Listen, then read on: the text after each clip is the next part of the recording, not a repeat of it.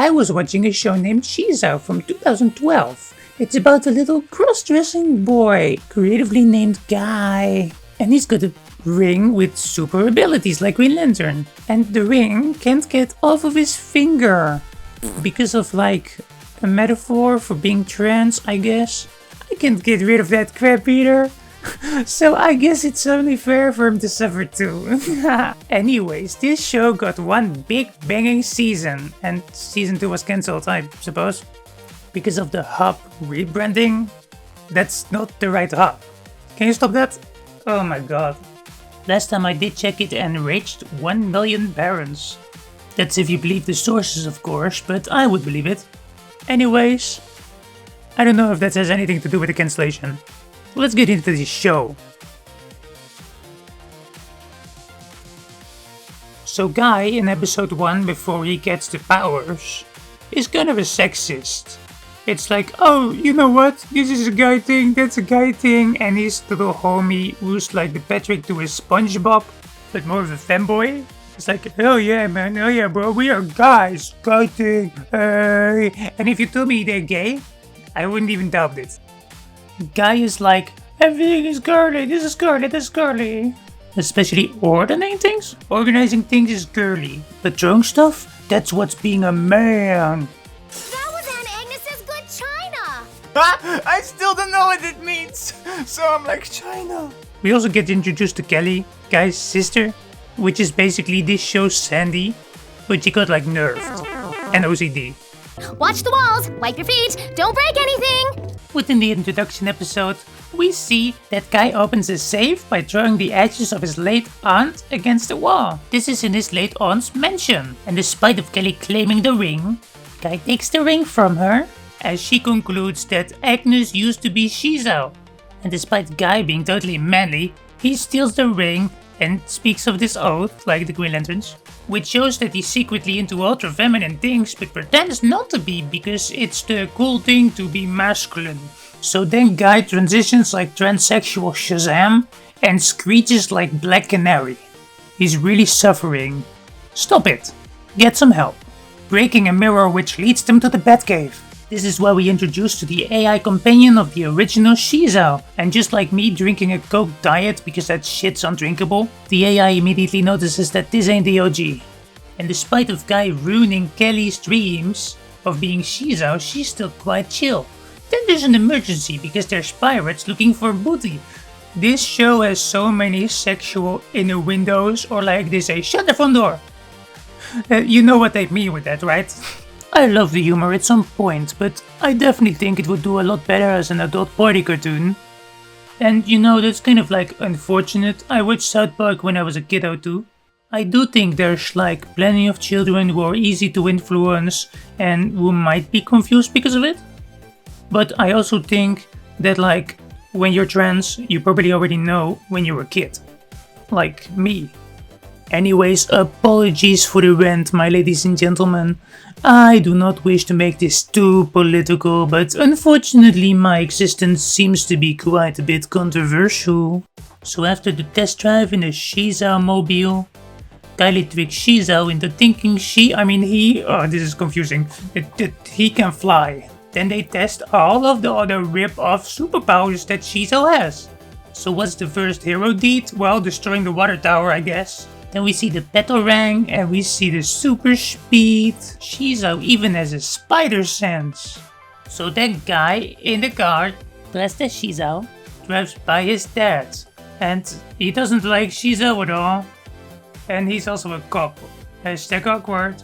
Imagine him throwing his son into jail. And then the other cops find out he's actually a dude. And then he goes to a male prison. And you know what kind of joke I'm trying to make here? I'm the good of... Anyways, Shezow drives the mobile into the ship, goes Allah Akbar! And that's the climax. Oh yeah, and the car transitions to a U-boat. Also, the she puns are rampant. They're hilarious. Ah, hee. Also, guys still don't know how to change back to himself from the suit. And his dad is like sitting in front of him, whining about his alter ego while actually being dead. And guy just pretends to be sick. I love that when Kelly and Guy have another altercation, and Guy kicks Kelly to the other side of the universe. No one cares, except for like maybe Maz, who laughs at Guy for looking gay.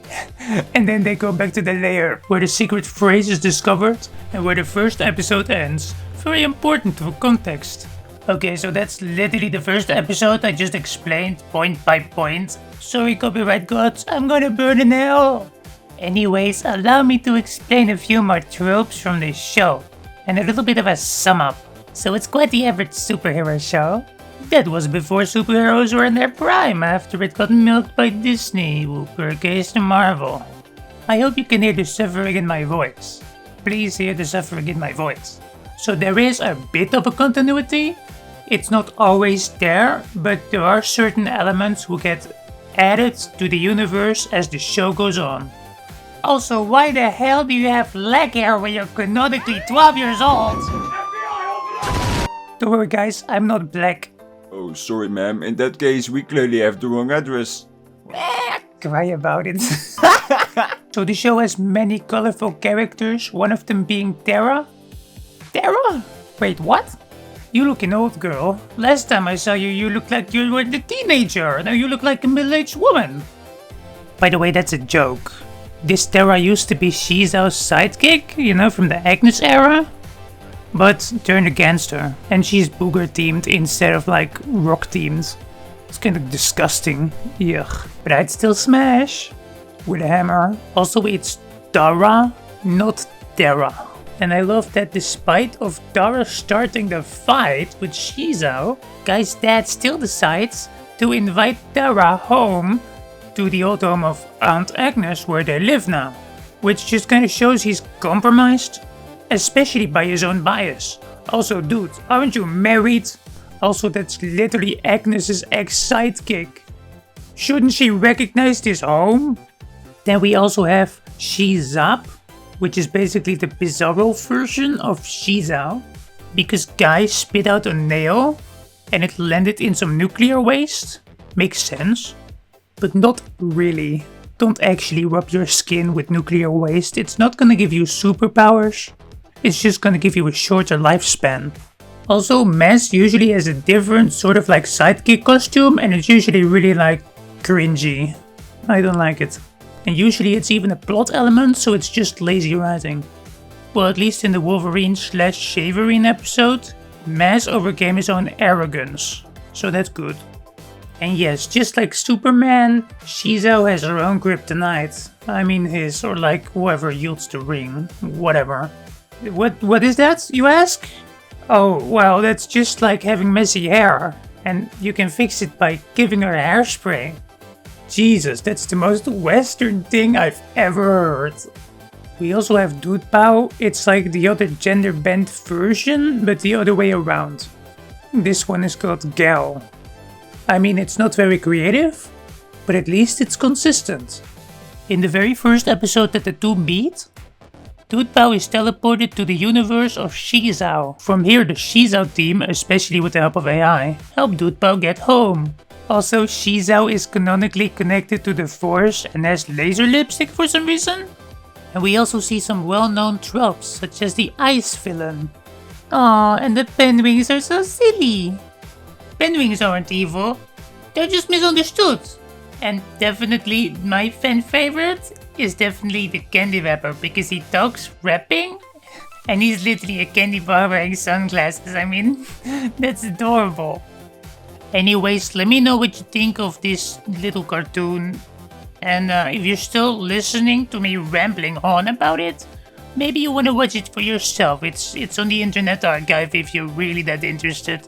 So this series has 26 episodes and all are like separated in sub-episodes, like 1A and 1B. 2 short episodes in one. So that counts like 52. Also in the finale, we see Agnes' spirit, who does say that she intended for Guy to get the ring. Also, Guy can super bitch slap a Shezow. Thanks for watching the video and I'll see you later. Please subscribe and like the video. Yeah.